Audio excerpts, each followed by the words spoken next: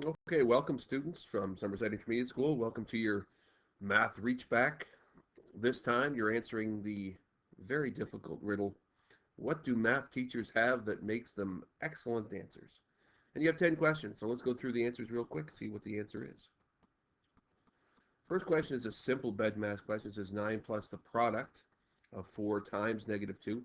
Remember, if you have a number outside brackets, it means multiplication. So we're going to do that first according to bed math. Now, some people think that this B means brackets.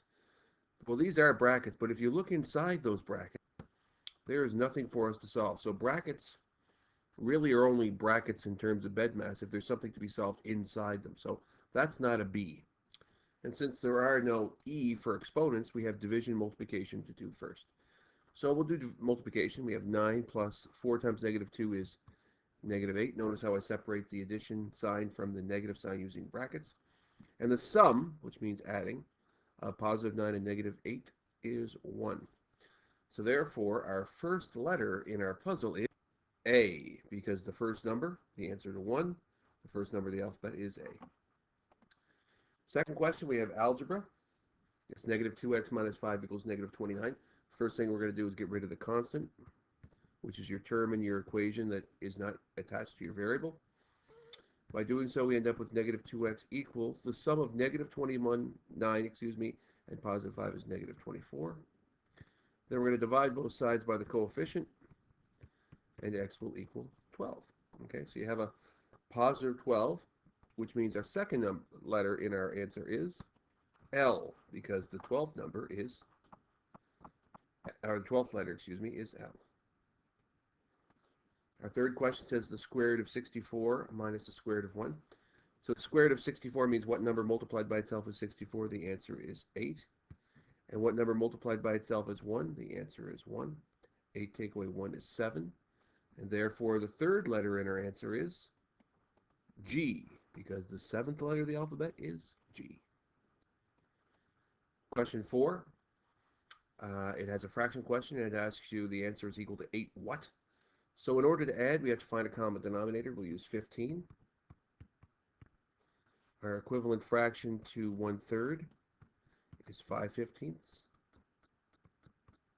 plus 3/15 equals 8/15. Therefore, our fourth letter is O, and therefore we have algo so far for our answer.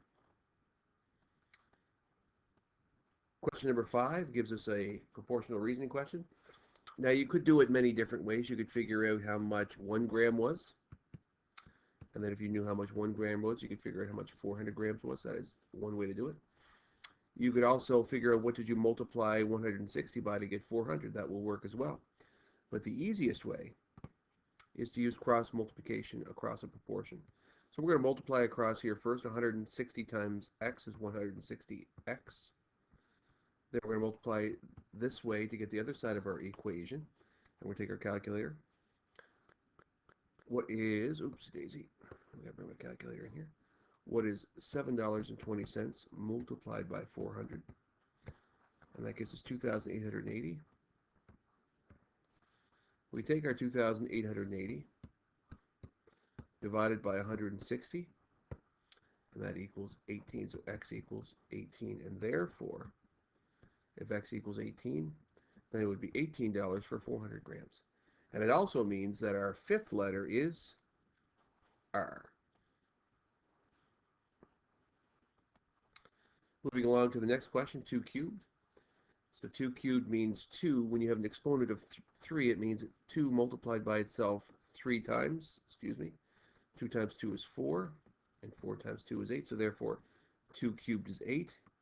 And the next letter is H.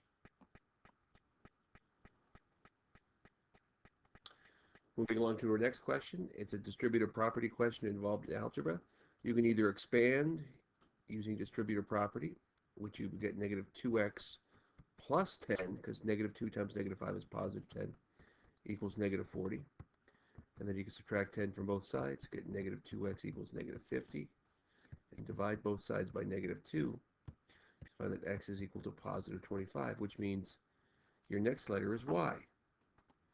And our word is slowly coming into shape. Algorithm. It doesn't even look like a word, does it? Let's put this word down here for a second. Allegory. Our next letter, or our eighth letter, is question 8. We have multiplication, addition, and multiplication. So we're going to do our multiplications first. Negative 10 times negative 10 is 100. And 4 times negative 20 is negative 80. I'm going to separate the addition sign from the negative sign with brackets. 100 plus negative 80 is 20. And our next letter is T. Oh, we're getting real close to our answer now. Our next question is a Pythagorean theorem question based on right triangles. The area of the squares attached to the legs equals the area of the square attached to the hypotenuse. In the past, we've been using squares. We've been drawing the squares on. But today, we're going to use the formula. A squared plus B squared equals C squared. Or the legs, which are this side and this side, are your A and your B. Meaning 6 squared plus X squared equals 10 squared. Or 36 plus X squared equals 100. Now that we get to this, we're going to isolate the variable by getting rid of the constant first. Subtracting 36 from both sides. X squared equals 64. And then we're going to square root both sides because the square root of x squared is x. And the square root of 64 is 8. So the next letter is H. And finally, the last question of our review is if 2 is the first prime number, what is the sixth? Now remember, a prime number is a number who has 1 and itself as factors, or are evenly divisible whole numbers into itself. So if you think about the number 2, 2 is a prime number because the only way you can get it is 1 times 2, or those are the only two whole numbers that are divisible into 2. Our next number is 3 because that's 1 times 3. Now 4 is not prime because you have 1 times 4, but you also have 2 times 2, so 4 is not a prime number. 5 is because only 1 times 5. 6 is not because in addition to 1 times 6, you also have 2 times 3, so 6 is not prime. 7 is because the only way you can get it is 1 times 7, and those are only two whole numbers. 8 is not prime because you have 2 and 4, which makes it a non-prime number. So we have 1, 2, 3, 4. 9 is not prime because 3 times 3, so 9 is not prime. 10 is not because in addition to 1 times 10, you have 2 times 5, so 10 is not. 11 is because the only thing you can do is 1 times 11. 12 is not because, of course, you have 2 times 6. And finally, 13. The 13 is your sixth prime number, because 1 times 13. And therefore, the last letter of your word is M, which means, back to our riddle originally, what do math teachers have that make them excellent dancers? They have algorithm. Okay, thanks for playing today, guys, and make sure you try the enrichment question if you haven't already. Take a picture of your work, send it to your teacher, make sure they get a copy of it so they know you're still alive. And Monday we'll have a new question for you, a new riddle maybe, and hope to see you then. Thanks for tuning in. As always, wash your hands, stay safe, and don't let your boomer parents drive you crazy.